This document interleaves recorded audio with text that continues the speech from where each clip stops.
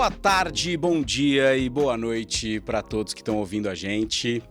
Primeiramente, muito obrigado para todos os nossos espectadores e espectadoras que estão ou nos assistindo no nosso canal no YouTube ou nos ouvindo no nosso canal do Spotify.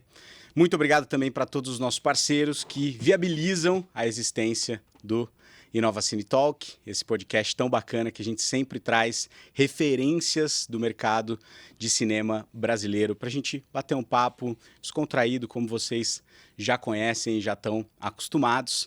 E hoje eu estou aqui com essa, não diria nem lenda viva, né? Porque é um cara extremamente icônico e emblemático do nosso mercado. Pablo Eduardo Pacheco de Toledo Bilar, mais conhecido como Pablo da Cinépolis. Seja muito bem-vindo, Pablo. Muito obrigado por ter aceitado o convite. Obrigado mas poxa, você aí pegou meus 5 nomes, hein? Já me entregou. Nem eu uso todos eles, mas são todos meus. Muito bom, muito bom. Pablo, para a gente já começar batendo esse nosso papo, você teve experiências dentro do Brasil, fora do Brasil, mas antes da gente se aprofundar nessas experiências, eu queria entender um pouquinho mais da sua história, de onde tudo começou, né? O momento arquivo confidencial do Faustão aqui, onde tudo começou, de onde você veio, como que você chegou até o cinema, como que você descobriu que o cinema era o seu lugar e esse universo tão interessante. Tá bom. Boa, obrigado primeiro pelo convite, né? Imagina. Então, para contar um pouco, eu tenho que ir bem para trás para você entender por que eu me situei em outro país. Porque muita gente pensa que pelo meu nome Pablo, eu não sou brasileiro, mas eu sou brasileiro, eu sou do interior de São Paulo, eu sou de São Carlos. Então, eu sou muito brasileiro. Só que meu pai é panamenho. Então, quando eu tinha 10 anos, a gente se mudou para o Panamá. Então, eu depois dos 10 anos, fui criado no Panamá e fiquei lá 20 anos. Então, estando lá no Panamá, né, respondendo aí sua pergunta, quando eu fiz 18 anos que eu terminei, me formei, né, que ia fazer a faculdade, antes de fazer a faculdade, eu vim ao Brasil. E a minha irmã, por parte da minha mãe, acabava de nascer, então, porque minha mãe ficou aqui e meu pai lá. Então, eu fui com meu pai, daí eu voltei, e eu acabava de me formar e minha irmã tinha 3 meses. Então eu vim e fiquei aqui 3 meses. Ela estava ainda bebê, hoje já tem 27 anos. Então, quando eu estava aqui, eu lembro que minha mãe me perguntou: o que você vai fazer agora? Eu falei: não, eu vou trabalhar na Blockbuster. Ela falou: você vai trabalhar na Blockbuster? Como é que você sabe? Eu falei: vários amigos meus trabalham lá, eu vou trabalhar lá. Voltando para o Panamá, eu vou trabalhar na Blockbuster. Exatamente assim aconteceu. Daí, março... Você tinha quantos anos? 18. 18? Março, abril, isso deve ser de 98, eu comecei na Blockbuster.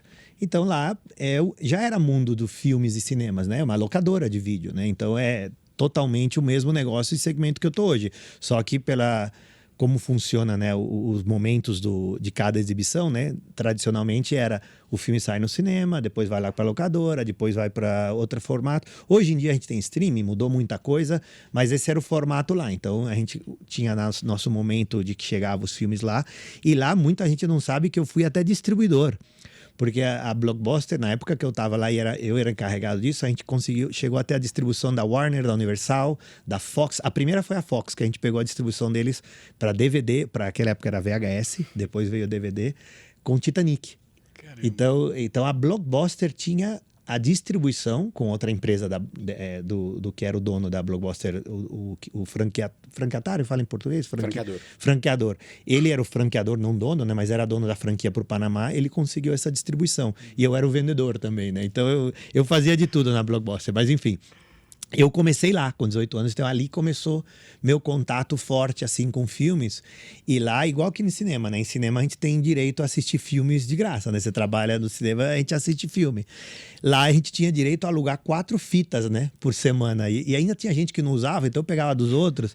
Então eu assistia muito filme. Então ali começou esse amor, né, pela sétima arte, pelo cinema, etc. E daí, isso é quando eu tinha 18 anos. Quando eu tinha 23 anos, daí a Cinépolis apareceu. Então, isso eu tenho 46, né? Então, faz 23 anos atrás. A Cinépolis apareceu abrindo o primeiro cinema no Panamá e era o segundo cinema fora do México, onde era a matriz. Hoje a Cinépolis tem 800 quase 900 cinemas no mundo, com mais de 7 mil salas, 8 mil salas. A gente até perde a conta, né? Eu parei de memorizar exatamente o número, mas é uma empresa muito grande em 18 países. Então, então, era só México e Costa Rica. Então, eu fui o segundo cinema, não país, né? Segundo país e segundo cinema fora do México. E eu fui como gerente de cinema, mas você tinha naquele momento mais responsabilidades, eu diria, do que um gerente de cinema hoje aqui no Brasil.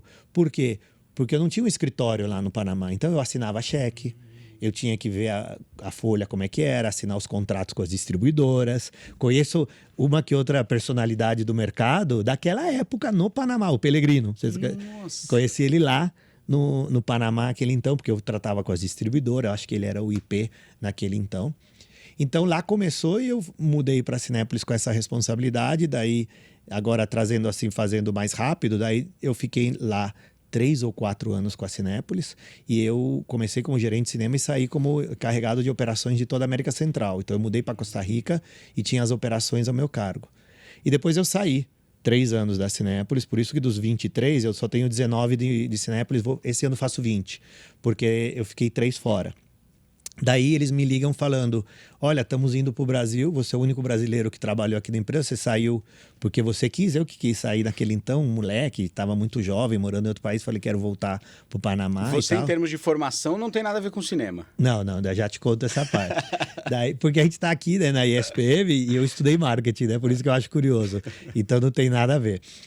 Daí me convidam para voltar ao Brasil com a Cinépolis, e aí eu fiz minha carreira de volta aqui com eles. Comecei como gerente de operações, diretor de operações, vi manutenção, TI, projeção e som. Fiquei uns meses, quase um ano, também com a parte comercial e marketing, quando não tivemos uma pessoa ali. Então eu já tinha passado por várias áreas. E daí, eu já nem sei se eu estou respondendo a tua pergunta, Não, tá? não, Já me empolguei, vambora. você me corta aqui. E daí, depois, como diretor que eu era aqui, saiu a oportunidade de assumir como presidente na Indonésia, que abriram essa vaga como um job posting da empresa. Eu apliquei e fui escolhido entre os candidatos. Então eu fiquei 2 anos na Indonésia como presidente da Cinépolis lá, e depois coincidiu que, acabando esses 2 anos, o presidente que estava antes aqui na Cinépolis, que eu acho que ele ser uma lenda na questão de cinema no Brasil, que é o Luiz Gonzaga, você deve conhecer, ele estava se aposentando, né? Então coincidiu para eu poder voltar já e assumir aqui no Brasil. Então isso já faz 1 ano e meio. Então essa é a minha história resumida aí, desde a Blockbuster até aqui, de como eu entrei no mercado do cinema. É aquele mercado que é difícil de sair, né? Dizem que quando o pessoal entra é difícil, né? O tal do bichinho do cinema, né? Que pica a gente. Exatamente. Muito bom. Mas nesse aspecto de formação, então, você tem formação em marketing? Eu estudei lá no Panamá, né? Que lá foi, como eu comentei, eu cheguei lá com 10 anos e fiquei lá até os 30, né? Eu cheguei em 90 e vim para o Brasil em 2010. Daí eu estudei lá, eu queria estudar administração de empresa, né?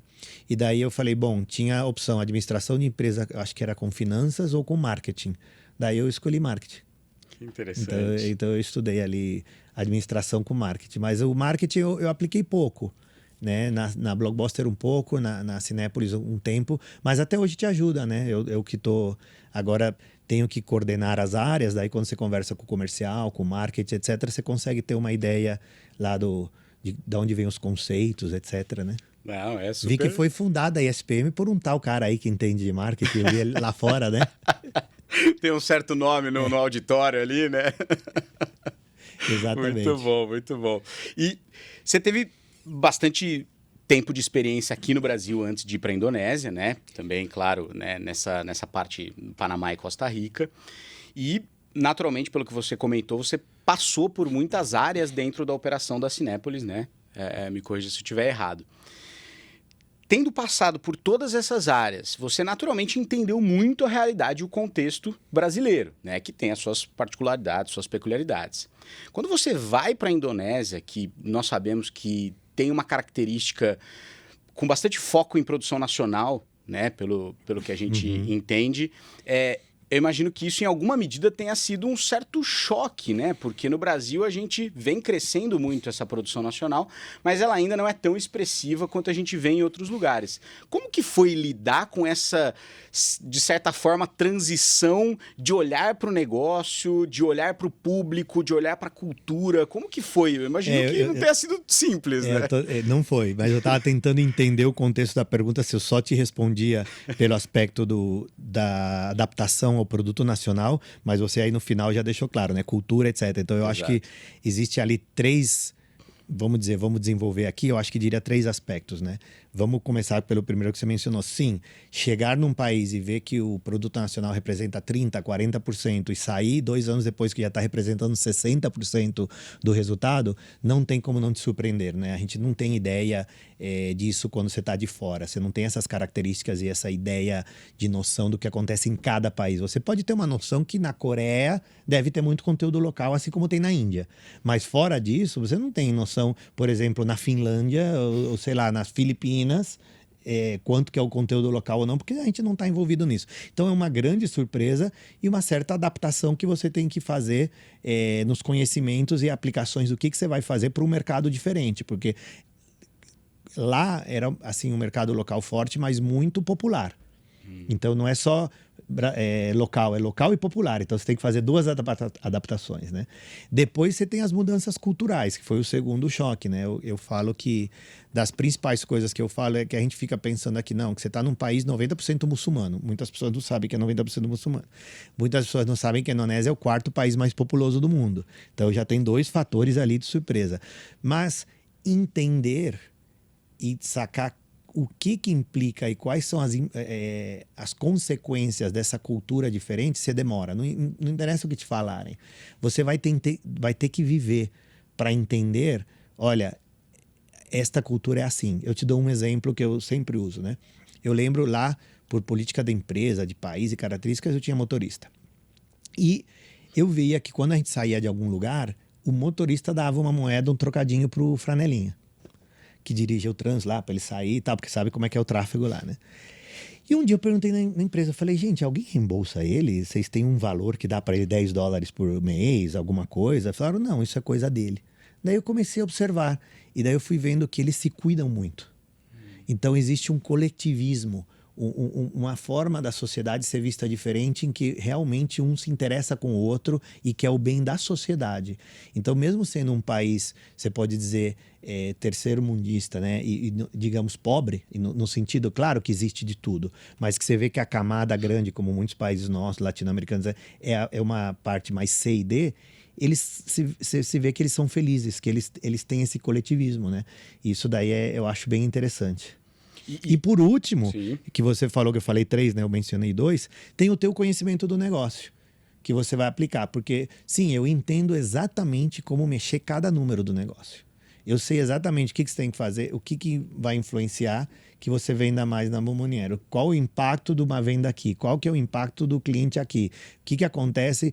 Porque você está em tantas áreas, você está em satisfação do cliente, você sabe o NPS, você sabe o cliente misterioso, tudo que acontece. Você está no marketing, você sabe as promoções que dão certo, você já fez promoções em 1000 lugares, você já tem um monte de insights. Depois é levar tudo isso para a realidade de outro país e aplicar lá com as características das pessoas, do comportamento cultural e da visão de filme que eles têm diferente. Mas os indicadores de cinema são os mesmos, então eu acho que isso é o que não muda.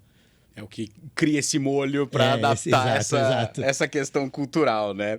E se você for olhar, né? E aí, considerando tanto Indonésia quanto ali a sua experiência no Panamá, Costa Rica, qual que foi talvez os principais desafios que você teve, sejam eles culturais, como a gente está falando, ou outros desafios que você teve de gestão, comunicação? O que você colocaria para a gente nessas experiências, principalmente nessas experiências internacionais? Olha, a minha resposta por crença e vivência é que tudo é pessoas, ou seja, que se traduz em cultura. Tudo é sobre as pessoas. Poucas vezes não é isso, mas a gente também não pode ser inocente de pensar que é somente isso. Mas eu acho que os desafios são... Cada época tem um desafio. Eu acho que, por exemplo, eu lembro aqui no Brasil um desafio, implementar o RP. Você pode pensar, não, é algo simples. Não, mas quando começou o RP, você estava implementando RPs 20, 15 anos atrás, não era nada simples. Eu acho que hoje já tem tecnologia, startups, empresas que talvez fazem isso muito melhor do que a gente fez há 15 anos atrás. Mas por um RP ou mudar um RP pode ser traumático para uma empresa. Pode travar muito processo, pode... Então, existe esse tipo de desafios. Eu acho que hoje em dia, a gente tem outros desafios. Hoje em dia, para mim, os desafios maiores são com mão de obra, com qualificar a mão de obra, reter a mão de obra. Para onde que isso vai nos levar? Para automação? Para self-service, como alguns já estão fazendo? Entendeu? Pode ser muitos caminhos. Então, eu não diria que há um challenge, o único challenge que não muda é pessoas. Esse eu tenho certeza. Seja por influência cultural, por qualquer coisa, pela que cada um, a bagagem de cada país e todo o seu histórico. Mas os outros desafios eu diria que vão mudando, mas te mencionei alguns. Ou seja, para mim, cada 3, 4 anos você tem que estar... É tipo estratégia. Você não pode desenhar uma coisa e deixar ela lá fixa. Você tem que estar modificando ela pouco a pouco ou, em alguns momentos, mudando ela. Então, eu acho que está se questionando quais são os desafios de cada momento, período, como que você queira dividir 2 anos, 3 anos, 5 anos, uma visão. Eu acho que o importante é isso, você ter uma visão, o que você acha hoje que você precisa mudar e trabalhar, mas ser humilde o suficiente para ir ajustando ela. E aí você vai achar desafios.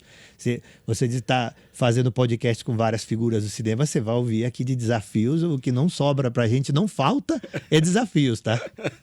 Com certeza. A gente já ouviu bastante desafio e de todas as pontas da cadeia, né? Isso que é interessante e a gente percebe que realmente está todo mundo num momento muito de reinvenção. Né? É um momento, acho que esse momento pós-pandemia, de certa forma, pede para o setor que a gente precisa se reinventar de alguma maneira para conseguir trazer essa retomada das pessoas ao cinema, reconstruir esse hábito de cinema, né? Existem os mais catastróficos que dizem que... Eu sou dos positivos, tá? Não quero mencionar quem é o mais pessimista do mercado, mas eu sou dos otimistas, tá? A gente sabe que, né, tem de todos os lados, né? Não, e os desafios vêm também porque quem não vê os números de perto, mas imagina que a gente tem aqui ouvinte de todas as áreas e talvez não é uma coisa, o que eu estou dizendo não é que as pessoas não sabem, mas no mercado de cinema, assim como em muitos outros, as margens se apertaram, né? Os custos pós-pandemia foram lá para cima, você vê onde estão os juros e tudo que está acontecendo, inflação, etc. Então tudo está caro. E todo mundo sente tudo caro. E as margens se diminuíram. Então, mais te obriga a se reinventar. Porque senão não tem negócio, senão tem uma ONG. Entendeu? Exatamente. Então é importante sempre estar olhando e fazendo as mudanças que a gente precisar no caminho para tentar adaptar o antes possível, né? Não, perfeito. E você saiu do Brasil, certo? Como diretor de operações, correto? Não. Quando eu saí daqui... para ir para a Indonésia. Para a Indonésia, sim, eu era diretor de operações e fui para assumir lá como responsável da Indonésia. E 2 anos depois você volta... E assumo aqui. Sim. Assume aqui como presidente. Quais foram eventualmente diferenças que você percebeu nesses 2 anos que você ficou fora? Elas houveram, não? A gente voltou e a operação ainda estava muito como você conhecia. Como que você enxergou essa retomada? Porque com certeza você voltou mais preparado ainda do que você saiu, né? Por ter enfrentado esse desafio lá fora. Olha, eu não sei se eu tenho... Eu não lembro de poder te dizer. Eu estava pensando coisas internas, que acho que não vem aqui, uma área X que estava sem uma cabeça, uma gerência, que você teve que mexer. Então, essas coisas internas, obviamente, a gente teve que fazer um monte de coisas. E a gente lançou e fez muita coisa boa. Mas a tua pergunta, o que foi feito? O que eu achei diferente? Eu acho tudo muito parecido. Eu saí pós-pandemia, né? Então, a gente já tinha passado... Se eu tivesse saído antes da pandemia e voltado, eu acho que daí eu teria visto muitas coisas, né? Eu acho que uma coisa bem diferente, que agora te respondendo, tem uma que mudou bastante, eu acho que já 80%, 90% dos exibidores fizeram isso, foi o que a gente praticamente eliminou as bilheterias, né? Porque as bilheterias passaram a virar um self-service. Então, hoje, muitos cinemas têm ou ATMs e self-service, que é a mesma coisa, só que com computadores. Até usam os computadores que usava antes, só que agora o cliente que se atende. Por necessidade, falta de mão de obra, dificuldades, etc. Então, essa foi uma mudança bem da operação que não fui eu. Assim, que eu cheguei e tinham feito e você vê que todo o mercado já fez. Eu não sei quem fez, em que ordem ou como foi. O resto eu acho que está tudo muito parecido, assim, como estava quando eu saí. Eu acho que o que mudou fui eu. não as coisas que estavam aqui. Eu acho que essa para mim, o mais importante. Eu acho que eu voltei mais humilde. Eu acho que eu fui para lá me achando que eu sabia mais do que eu sabia. Entendeu? Eu acho que a gente, quando está, às vezes, numa posição de liderança, a gente pensa que você já pode fazer qualquer coisa e abraçar o mundo, não é que você não possa. E eu fiz, e a gente faz. Mas não quer dizer que você não vai continuar aprendendo e não tem coisas que você não sabe. Então, eu achava que a operação era a única coisa importante, por mais que eu tinha feito marketing comercial, não sei o quê, mas você percebe depois com humildade que todas as áreas e todas as pontas interessam, senão a coisa não anda, e ter um pouquinho mais de humildade, de aprender, e daí você aprende que teu papel nessa liderança como o cargo que eu tenho hoje é mais conectar as pessoas e destravar coisas do que você ir fazer. Então, se você não tem essa humildade de entender de que, pera, meu papel hoje não é brilhar, meu papel é ajudar o outro a brilhar. O meu papel não é eu trazer a resposta. Meu papel é ajudar essas duas áreas a encontrarem a resposta, mesmo eu dando opinião e influenciando sobre elas de alguma maneira. Mas isso eu acho que foi a grande mudança foi em mim. De ter ido para a Indonésia e voltado, eu acho que esse crescimento profissional foi maior do que eu imaginava, além do pessoal, né? O crescimento pessoal que você tem por se pôr em você cresce saindo da comodidade, né? Não tem jeito. A árvore, quando cresce, fica uma marca lá que cresceu. Tudo que cresce tem né, animais que trocam de pele, sei lá, passa por um processo doloroso às vezes, né? De crescimento. Então, eu acho que crescimento profissional e pessoal, a gente sabe que a melhor forma de ele ocorrer, invariavelmente você vai ter que passar por uma saída da tua zona de conforto. Então, eu acho que a mudança foi mais em mim do que eu sair, voltar e ter algo diferente aqui.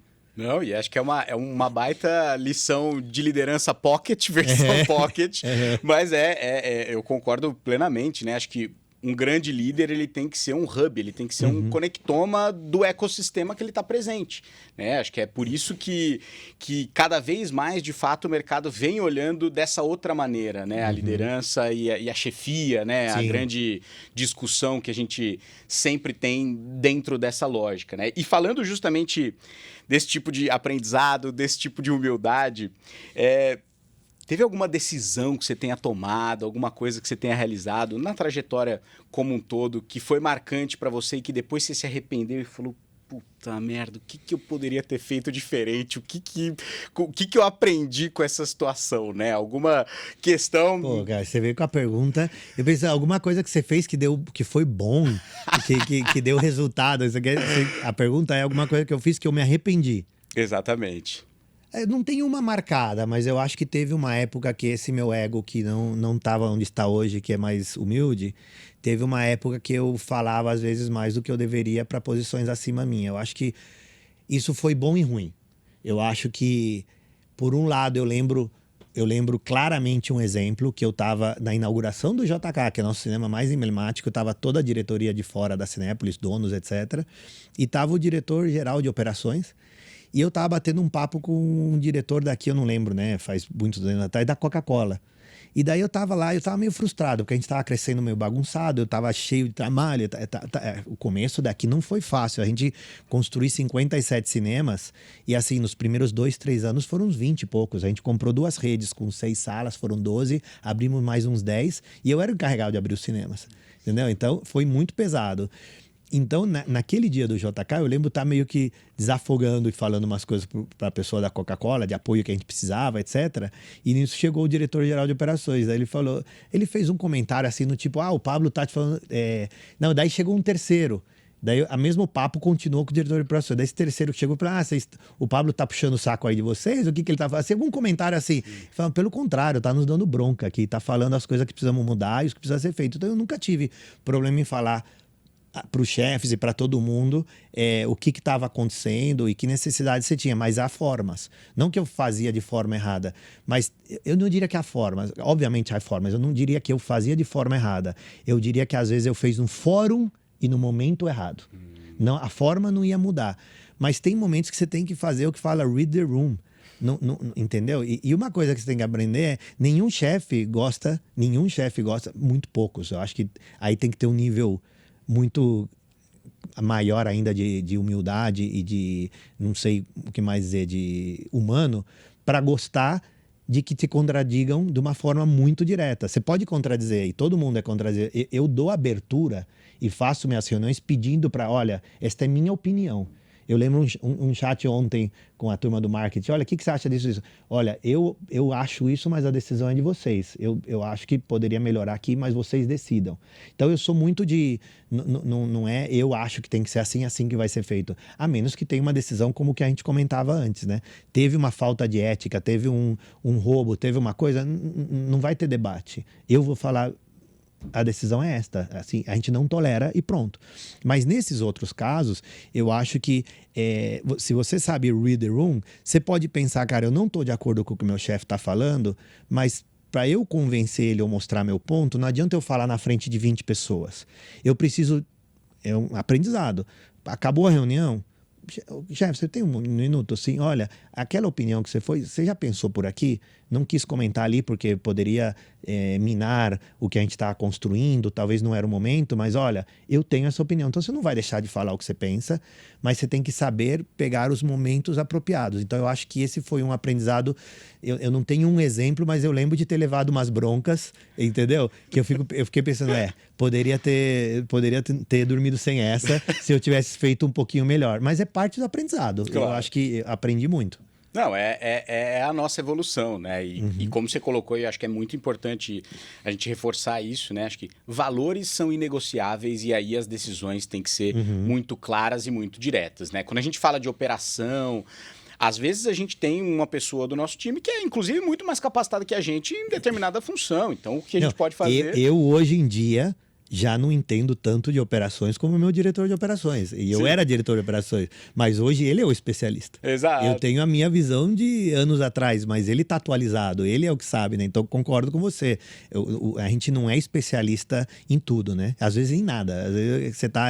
Eu sou bom de pessoas, então essa às vezes é o que você precisa. Não, e acho que é a complementaridade das lentes, né? Porque apesar de você ter essa bagagem, né, esse background da operação, hoje você olha o negócio com outra lente, né? Sim. Você olha o negócio com uma lente de estratégia, né? Então, ter alguém que olha com uma lente de operação e alguém que olha com uma lente de estratégia, mas tem esse conhecimento, naturalmente os resultados que a Cinépolis vem imprimindo não são à toa, né? A gente sabe que bom muito que vocês bem percebem disso. Que estamos fazendo algumas coisas bem, né? Não, com certeza, poxa, com certeza. E ainda olhando um pouco para essa questão de habilidades, de desenvolvimento, de aprendizado. Se amanhã você recebesse um convite para assumir a Cinépolis globalmente e você precisasse trazer alguém para o seu lugar no Brasil, que tipo de habilidades você enxerga que quem vai liderar uma companhia internacional com a posição, né, sendo uma das maiores companhias do Brasil hoje, né? O que essa pessoa precisa ter na sua visão para que ela seja eu não gosto de usar a palavra sucessor, mas que seja um bom gestor de uma companhia desse porte? Vou te dizer uma coisa que eu acho que não é normal alguém falar, porque você pode falar, entender do financeiro. A gente adora de coisa que não é normal. Curioso, inquieto e com vontade. Eu acho que muitas outras coisas, não estou dizendo todas, você ensina e aprende.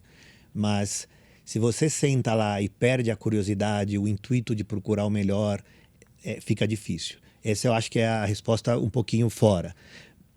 Já com o que eu te respondi antes, eu acho que tem que ser uma pessoa nesta posição muito habilidosa em saber transitar entre diferentes níveis de pessoas. Você tem que saber, entendeu? Você vai no cinema conversar com uma pessoa, você tem diretores, você tem gerentes, você tem tudo, saber transitar. E principalmente a principal habilidade interpessoal de pessoas é ajudar e ser um facilitador para que as pessoas se comuniquem.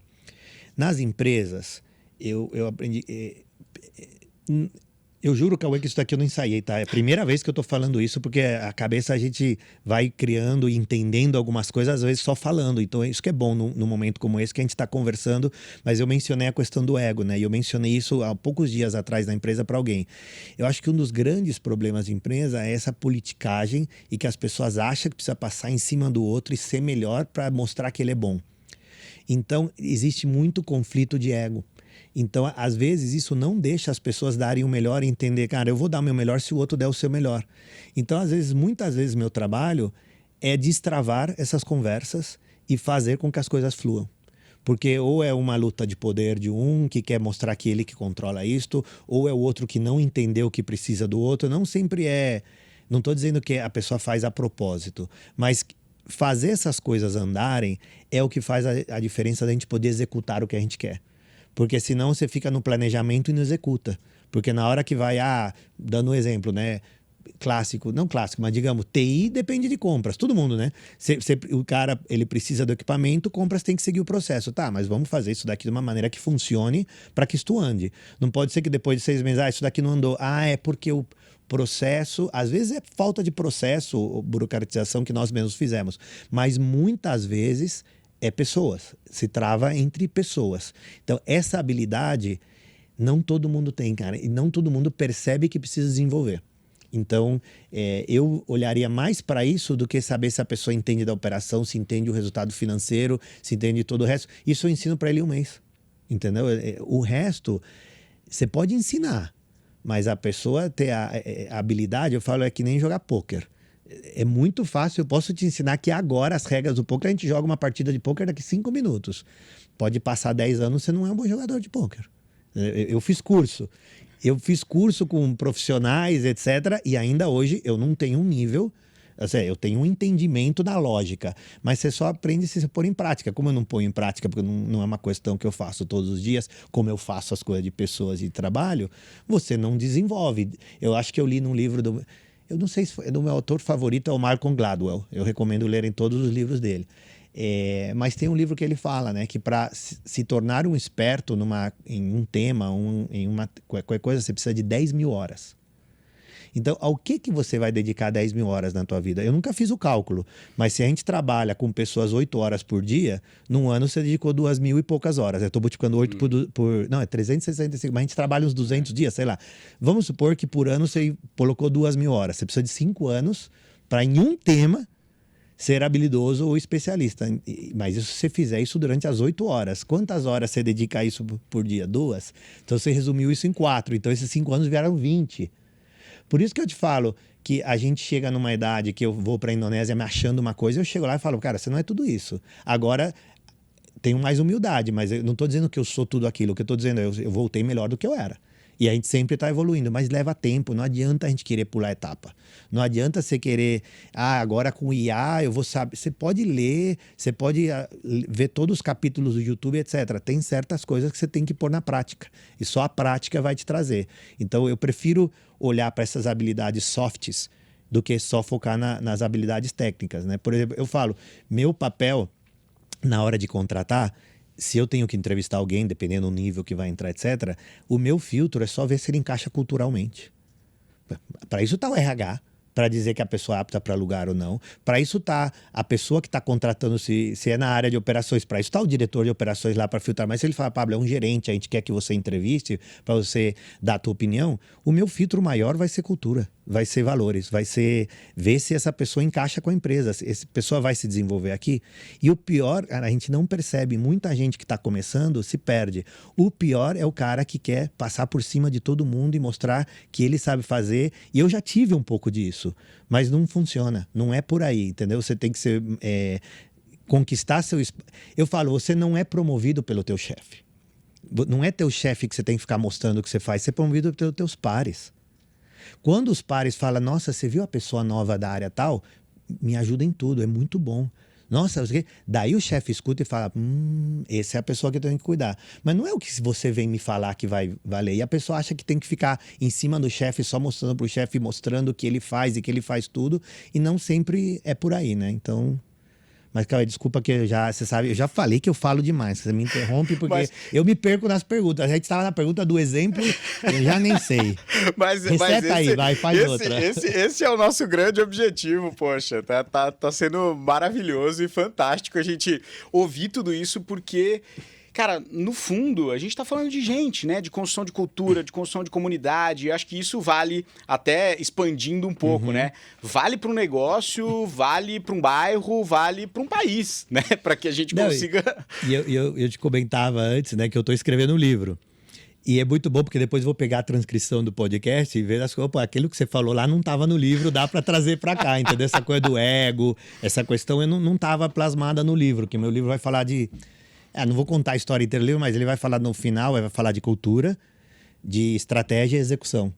Como uma influencia a outra para obter os resultados. Então, muito do que a gente está falando está fresco também, porque muito já está no livro, mas todo dia sai ideias. Eu acho que se você não parar o livro, eu acho que eu posso ficar 5 anos ainda colocando coisa, porque você faz algo ontem na empresa e fala, nossa, isso daqui encaixa em tal coisa, né? Aquilo comunica aqui.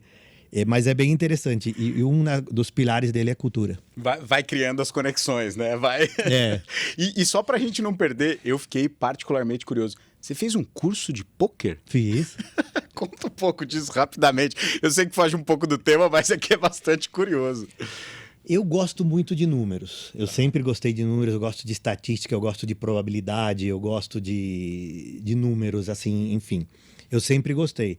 E eu não lembro, lá no Panamá, um amigo meu me apresentou um dia o pôquer, eu gostei, e a gente ficava jogando, apostando com feijão, fichinha que não valia nada, com 18, 19 anos, né? O pôquer começou a se popularizar. Daí aqui no Brasil, eu falei, cara, um amigo me emprestou um livro. E daí no livro eu li as histórias do pôquer e vi todas as coisas do pôquer e eu fiquei cada vez mais interessado. Eu falei, não, eu vou fazer um curso disso daqui. Daí eu descobri, um dos melhores jogadores de pôquer do Brasil, o André Acari, né? Meu amigo, o André. Um abraço pro André, tá lá em Miami, vou até mandar o podcast para ele ouvir. O André, ele era a figura da PokerStars, ele foi, eu acho que dos primeiros, ou um dos brasileiros que ganhou um bracelete do WSOP, que é o World Series of Poker, e ele tinha um curso, naquele então ele não era nem tão famoso, ele tinha um curso de um final de semana, numa fazenda, numa chácara, eu fui lá e fiz, a gente fazia pizza, é uma bagunça, ficar jogando até as 3, 4 da manhã, bem legal. Daí depois ele lançou um curso semestral mais profissional, e eu fiz esse. Aí foi onde eu fiquei mais próximo dele e eu aprendi mais, mas eu nunca tive o tempo de poder me dedicar mais profundamente, né? Tem gente que é mais nato e aprende melhor. Eu gosto de jogar, sei jogar, hoje jogo muito pouco. Eu acho que quando eu jogo é em casa para me distrair online rapidinho, não é uma questão que eu faço para ganhar dinheiro ou nada disso. Eu tô mais jogando gamão. Esse daí agora tá sendo meio... Pra quem não joga, olha, eu tô com o gamão, tô gostando de jogar gamão. Mas foi assim, foi curiosidade e eu sou dos que deu curiosidade, quero aprender alguma coisa, eu vou lá e faço. Cara. Assim eu aprendi a fazer várias coisas. Mergulho, tô afim, não sei o quê, vou lá fazer um curso. Não sei o quê. Tem que ir atrás, porque você não vai aprender se não correr atrás. A curiosidade, né? Curiosidade. Que você falou que é o que move, né? E você falou sobre a questão do gamão, curioso, você falou que vai mandar o podcast pro André Acari, eu vou mandar pra minha mãe, a gente joga gamão bastante. Sério? Eu adoro jogar gamão com ela. Nossa, ela que me ensinou e eu nunca mais vi ninguém que joga gamão. Às vezes eu me pego pensando na estratégia, cara. Mas é muito bom. Assim, mas eu acho que depois de um tempo...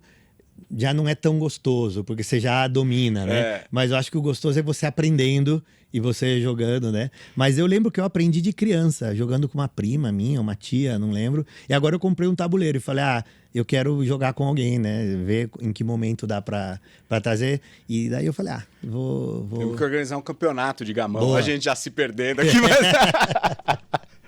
mas... E daí no break joga uma mãozinha de pôquer. E fazendo até a conexão para a gente voltar para o nosso tema, para os nossos espectadores não desligarem, continuem com a gente aqui. É cinema o papo. É cinema o papo. O pôquer, ele tem um pouco dessa característica dos números, né? E principalmente quando você está jogando pessoalmente, ele tem uma característica também de pessoas, né? Que é fundamental, que é você ler as pessoas. Exatamente. Né? Eu acho que isso é uma característica que...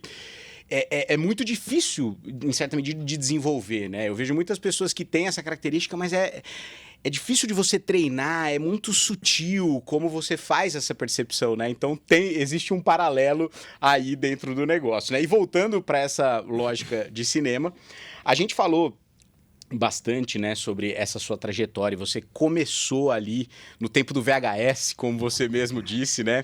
Acho que até tinha um que outro Betamax por aí antes, mas o padrão já era VHS. Já era VHS. Então você viveu, né, cara, VHS, DVD, transição do momento em que o filme ainda demorava para chegar na televisão, né? Digitalização. Os rolos do... Isso. Rolo, tinha né? que colar o filme, né? Os rolos de filmes, né? Pandemia. O que você diria? Eu sei que é até de certa forma sacanagem te perguntar isso, mas as grandes transições, principalmente quando a gente olha para público, quando você olhava lá atrás esses momentos do cinema, né? Como que esse comportamento foi se moldando na sua visão um pouco, desde aquela época que o cinema ele era um elemento quase que de urgência, né? As pessoas iam ao cinema porque senão elas só iam acessar aquele conteúdo um ano depois, um ano e meio depois, em muitos casos, quando ia para a TV, ou em alguns casos 6 meses, um ano depois, quando ia para locadora. E hoje em dia, que a gente tem não só o streaming, né? E aí a gente pode até eventualmente entrar na discussão de janelas de exibição, mas inclusive pirataria e outros tantos temas que a gente tem. Já me perdi aqui com 5, 6 respostas. Quando você falou pirataria, eu falei, nossa, tem tal história de pirataria. Quando o pessoal filmava o filme na tela, daí a distribuidora te ligava, foi no teu cinema que filmaram o filme que foi pra pirataria. Mas como você sabe? Tem uma marca de água em cada fita e a gente sabe que cinema foi. Nossa. Daí todo exibidor passou por isso, que tem anos de mercado, não queria receber a ligação de falar o filme tal que foi a pirataria foi no teu cinema. Você não queria estar nisso, né? Nossa. Então, hoje em dia mudou, né? Porque você mesmo falou pelo streaming e tudo isso, já tudo é mais digital. Então, acho que a pirataria até evoluiu junto e é até mais fácil, né? Por isso que... Mas o bom é que antes, né? Falando de mudanças, como eu dizia, o rolo do filme, você tinha que mandar ele fisicamente no cinema. Então, até chegar no cinema, no interior chegava depois, no outro depois. Hoje, o digital, todos os filmes abrem ao mesmo tempo, quase sempre mundialmente, ao mesmo momento. Então, a pirataria perdeu um pouquinho de força nesse sentido, pelo streaming também, né? Porque daí ele vai pro streaming, o cara não vai ter tanto valor em vender um produto que não vai demorar um ano em chegar na mão dele de graça, né? Então, de graça ou com um custo menor.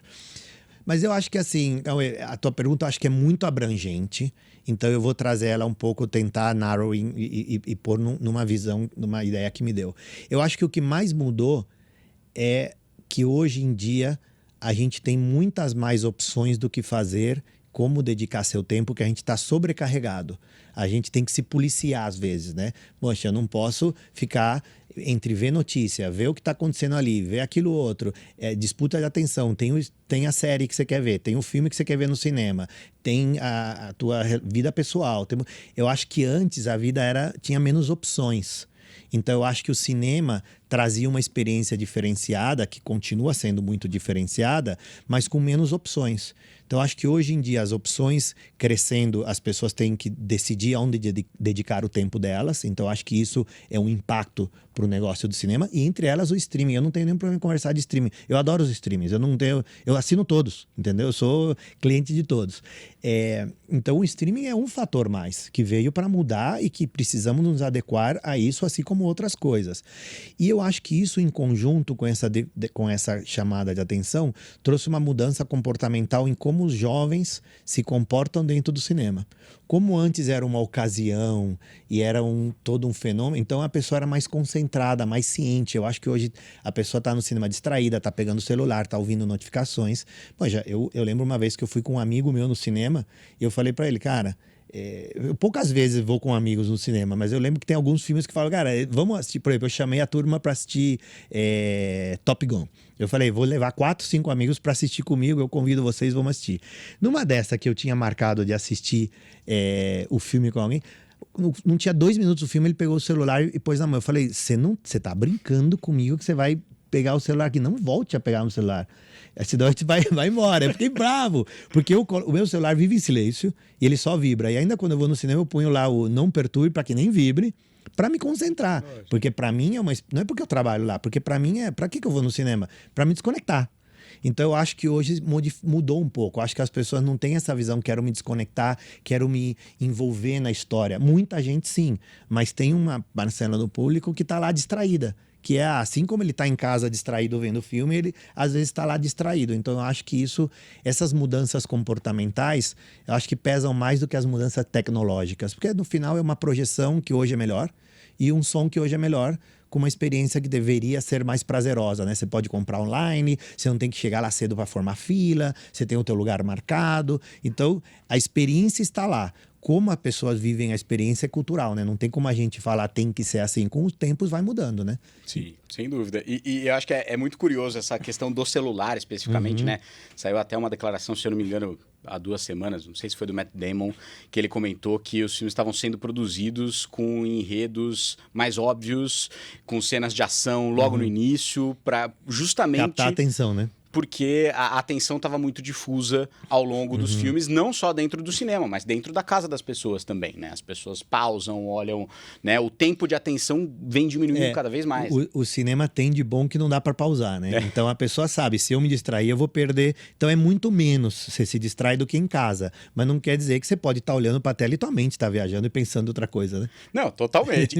E essa questão do celular, eu vejo que em alguns casos ainda quase que não tem uma unanimidade, né, no que a gente vai dizer. Eu tive uma experiência recente no meio do ano passado, eu participei da Cine Europe e tive em Barcelona no Fenômena, que é um cinema de rua bastante tradicional lá. Eles não autorizam que se mexa no celular dentro da sala, eles te expulsam da sala. Então, eles são bastante extremos nesse aspecto. Em contrapartida, no dia seguinte, eu participei de um evento, uma demonstração de uma empresa que gamificava a experiência dentro da sala. Então, eles traziam publicidade de uma forma de game e tal. Então, você fala, cara, é de um extremo ao outro, né? Qual será que... Então, será que existe uma resposta certa? Então, né? eu acho que é exatamente isso. Eu participei o ano passado, lá nos Estados Unidos, de um workshops com a Coca-Cola, que a gente tem uma parceria, questões lá com eles, né? A gente tem um concurso internacional, vamos vender nosso peixe. A gente tem um concurso internacional entre os 18 países da Cinépolis com a Coca-Cola. Então, os 5 primeiros passam para a etapa final, apresentam o case e tem um ganhador. Então, esse exemplo que eu estou dando nesse workshop foi quando a gente foi nessa competição que o Brasil ganhou o ano passado. Então, muito orgulhoso do time que fez a apresentação lá e todo o resultado, porque é o resultado do ano inteiro, né? Uns dentro dessa competição lá que a gente voltou com o troféu, porque temos um troféu lá no escritório disso, teve um workshop que a Coca-Cola apresenta uns estudos que eles fizeram e fala de como captar a atenção da geração nova, né? E falava exatamente o que você falou. E com quase os mesmos exemplos. Você pode ir com a onda ou você pode ir contra a onda. E você vai ter clientes em uma ou na outra. Você só tem que decidir qual que você quer surfar. Você pode surfar as duas também. Você pode falar, neste cinema não é permitido celulares, mas nesse cinema eu promovo. Eu vou, durante o filme, fazer uma trivia e o primeiro que responder... E se todo mundo que está lá topou a ideia e entrou sabendo isso, eu acho que é válido. Assim como o contrário. Então, eu acho que você está totalmente certo. Não tem uma resposta certa. Tem saber ler o que está acontecendo e falar, ok, com quem eu quero falar? Porque não todo mundo quer fazer tudo igual. Tem o cara que prefere o silêncio, tem o cara que prefere barulho. Tem o cara que não quer criança chorando e tem o outro que fala, não, eu tenho criança, eu quero. Para isso tem o cinema terna, para isso tem um monte de coisa. Para você tem que tentar atender a maioria que você puder de público para extrair para o negócio a satisfação do cliente que está lá e trazer resultado. Então, eu acho que eu acho que a resposta é que não tem uma única resposta. O complicado é quando você mistura os dois, né? Aí você não pode não saber o que você é, né? Exatamente, exatamente. A gente já está se encaminhando aqui para os momentos finais. Queria te fazer algumas perguntas mais específicas. Se existe alguma experiência com algum cliente, especificamente, você foi muito tempo ali de operação, hoje em dia eu sei que você, apesar da posição que você ocupa, você vive muito a operação, você está lá no dia a dia. Teve alguma experiência, seja positiva, seja negativa, que vale compartilhar, que foi interessante com algum cliente que você teve, alguma pessoa dentro do cinema, que te salta na memória, assim? Me vem na cabeça dois exemplos, até estou lembrando deles aqui bem, mas foram no Panamá quando eu era gerente de cinema. Porque eu acho que quando você é gerente de cinema, você tá lá no dia a dia mesmo, né? É diferente hoje eu ir 2 vezes por mês, visitar um cinema aqui e ali, ficar 1 hora, do que você tá lá 8 horas diárias, né? Então, as duas foram experiências peculiares, né? Um dos clientes, eu lembro que a gente tinha cancelado uma sessão e ele chegou muito bravo. E daí, não, que eu quero falar com ele. Ele estava muito exaltado. Aí eu trouxe ele para a gerência. Falei, não, vamos conversar lá. Não, é que meu filho, que isso. Eu falei, olha, você me desculpe, realmente eu não deveria ter sido assim. A gente cancelou. Ele ia assistir, sei lá, King Kong. E a gente cancelou porque até a pré-estreia nessa sala do Harry Potter. E na sala que ia ter, deu um problema ao ar-condicionado. A gente teve que passar para esta. Mas eu te convido para assistir este outro filme da pré-estreia com a gente. Me desculpe. Mudou totalmente. Então, eu acho que o bom lá na ponta é quando você tem autonomia, quando você pode tomar decisões para melhorar a experiência, e essa foi uma ocasião que eu lembro muito claro, eu quase que me lembro o momento ele sentado na minha sala, isso tudo falando faz mais de 20 anos atrás. E uma outra experiência foi uma cliente que teve um acidente dentro do cinema. E ela teve um acidente, ela caiu, eu não lembro se ela usava a cadeira de roda, ela se sujou, então eu não lembro exatamente, E nenhum, assim, naquele momento os funcionários que estavam lá não sabiam o que fazer por medo. Porque ela caiu, a cadeira de roda, não sei o quê. E eu fui lá, chamei o shopping, não sei o quê, conversei, mexi, não me importei com o vômito, limpamos, levantamos. Tipo, tem que pôr a mão na massa. E eu lembro que essa cliente ficou agradecida, que por anos ela me escrevia e-mail e agradecia e virou cliente do cinema e falou que nunca, que ela tinha alguma questão lá pelo que isso aconteceu e que nunca tinham tido essa atenção com ela, desse jeito, etc. E isso me marcou. Isso daí eu lembro até hoje. Eu tinha uns 24 anos, 25. Caraca. E no final, né, esses dois exemplos que você trouxe, de novo, pessoas e autonomia na ponta, né? Que eu acho que isso a gente trouxe de algumas formas indiretas aqui, mas é muito importante. A gente teve junto em um painel no final do ano passado, que a gente falou muito, né, sobre a questão que a experiência se materializa na ponta, né? Todo o restante, é óbvio, é extremamente fundamental para que a materialização... Para que lá na frente aconteça. Mas se lá na frente, né, você não tivesse tido essa sensação e essa sensibilidade, por exemplo, com esse primeiro caso, nada do que veio lá atrás teria se transformado em valor, né? A gente fala muito da construção de valor na experiência. Muito, muito interessante. E olhando para o futuro aqui, já para a gente fazer um exercício mais longo, olhando para o mercado como um todo, os próximos 5, 10 anos, o que você espera? Como é que você imagina que esse mercado vai se desenvolver? Que direções que você vem enxergando hoje aí? Eu acho que o tema principal hoje na indústria, né, não tem como a gente negar, é a venda iminente da Warner Brothers, né, que está lá brigando entre a Netflix por comprá-los e a Paramount. Acho que o que eu quero comentar não tem a ver com esse exemplo específico, mas o meu ponto é, vendo isso acontecer, eu acho que a gente não pode esquecer que o nosso mercado sempre está se transformando. Vamos supor, né, sai um estúdio. Vamos supor, não é porque a Warner vai sair, a gente espera que quem compre mantenha a Warner, continue produzindo Harry Potter, Superman, todas os IPs que a Warner tem na HBO, etc. E Game of Thrones pro streaming, a gente espera que continue produzindo, não é que vai desaparecer. Mas a gente já teve experiências de estúdios antes que foram comprados e que diminui a quantidade de títulos, ou seja, tem alguma consequência. Mas eu acho que também não tem que ficar olhando só que isso é negativo. Eu acho que aonde eu quero chegar é que o mercado evolui. Assim como você tem estúdios que, não por dizer que desaparecem, mas vamos dizer que produzem menos ou que perdem protagonismo, que já teve protagonismo antes, tem novos se formando. Então a gente hoje tem uma Apple e uma Amazon produzindo filmes e de excelente qualidade. Entendeu? A gente tem o Fórmula 1 ano passado é da Apple. Entendeu? A Amazon hoje tem um dos filmes que eu mais quero assistir esse ano, que é o Devorador de Estrelas, do Ryan Gosling. Então, é um estúdio novo que veio do streaming, então não tem por que a gente ter essa questão de pensar que todo do cinema é contra o streaming. Não, tem coisas que é muito boas para nós. Então, viram uma empresa que se formou o conteúdo audiovisual no streaming, porque nem a Amazon nem a Apple se formaram como empresas de cinema para produzir esse conteúdo, mas acharam esse nicho dentro do mercado deles e estão produzindo hoje. Então, o que significa? O mercado sempre vai evoluir. Então, o que vai acontecer em 5, 10 anos? Que com certeza vai ter evolução. Eu não vejo, eu falei outra vez, né? Eu não vejo tanta mudança, porque no final do cinema você tem que lembrar que são 3 coisas. É visão, audição e experiência coletiva. Então, enquanto exista cinema, que na minha visão vai existir por muito tempo, não tem como tirar a visão e o som. Então, o som pode melhorar, a visão pode melhorar. Tem exemplos de tecnologias complementares, como essa que a poltrona se mexe ou que balança, que é complementar. Agora tem uma tecnologia de telas do lado, que parte do filme você assiste meio mais imersivo, mas você vai continuar assistindo e ouvindo e tendo uma experiência coletiva. Então eu acho que nesse sentido as mudanças continuarão acontecendo, mas não é onde vai ter um game changer. Mas eu acho que o mercado que gira ao redor disso, a produção, a forma de produzir, como chega, como é feito, vai evoluir muito. E agora com o IA, já seja como isso evolui, eu não tenho uma opinião formada se vai ser IA que fez o filme, se vai ajudar só na tradução, se vai ajudar na pós-produção, mas eu acho que vamos ter capacidade, né, os que o fazem, que eu não sou o meu caso, produzir os filmes, produzir talvez com mais qualidade, talvez possam produzir com maior velocidade, exista mais conteúdo, mas de novo, isso vai brigar por atenção.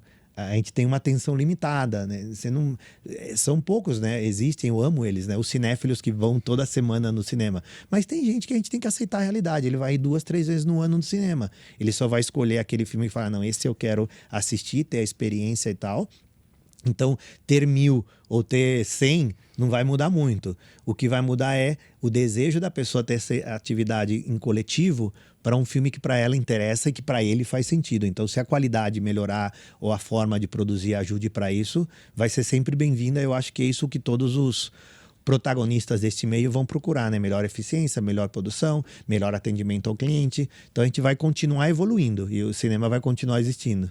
Perfeito, perfeito. Duas últimas perguntas para a gente fechar, muito eu diretas. Pensei que essa era a última. Não, calma, não vamos te liberar fácil assim não, poxa.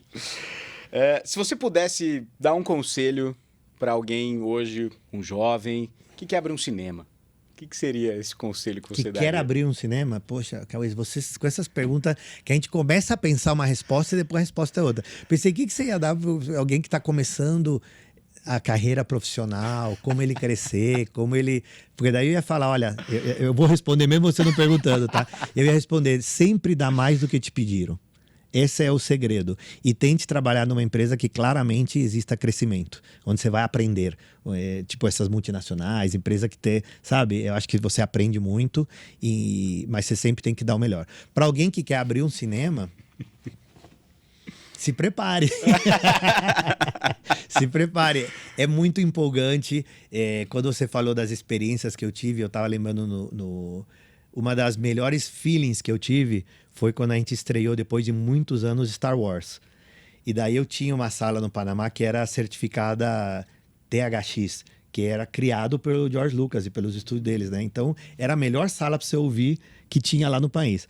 Quando começou o Star Wars, o filme que começa com aquela musiquinha, cara, eu quase chorei. Assim, eu tava empolgado, eu tava emocionado. Então, acho que assim, o cinema te dá muita emoção. Se você gosta dessa experiência comunitária e de ver gente e vai estar lá tocando o dia a dia como dono de um cinema, eu acho que você vai viver isso muito de perto, né? É uma questão muito gostosa.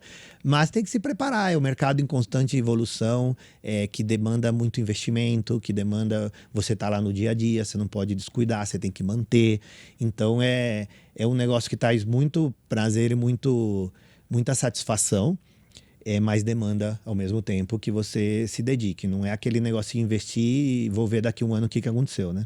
Perfeito. Essa última vai ser fácil, vai, Pablo. Que bom. Pablo, para a gente fechar uma pergunta que a gente sempre faz para os nossos entrevistados. Pablo, o cinema para você é? Minha vida. Pronto. É isso. É isso. É isso. Tem que responder rápido, né? Porque senão não é. Pensar muito é porque não é verdade. É isso. Pessoal, infelizmente, terminamos esse episódio incrível. Eu agradeço mais uma vez todos vocês que estão assistindo a gente. Agradeço, obviamente, o Pablo. Desculpa ter divulgado seus outros sobrenomes aí, Pablo. Mas foi ótimo. Esse é o momento que os nossos espectadores estão fazendo. Mas é isso, teremos mais, teremos outros e próximos. Obrigado a todos os nossos parceiros, mais uma vez, inclusive a SPM, que cede esse espaço tão fantástico para que a gente faça essas gravações com todos esses ícones. Obrigado mais uma vez, viu, Pablo? Eu que agradeço. Foi um prazer. Pô, mas esse filme você não falou que o filme era bom pra caramba? Mas não deu nada, o filme não deu nada. Como não deu? Você tá me roubando. Como roubando? Tá aqui os números. Não, mas esse filme era... Entendeu? Aí, quanto é a sua parte?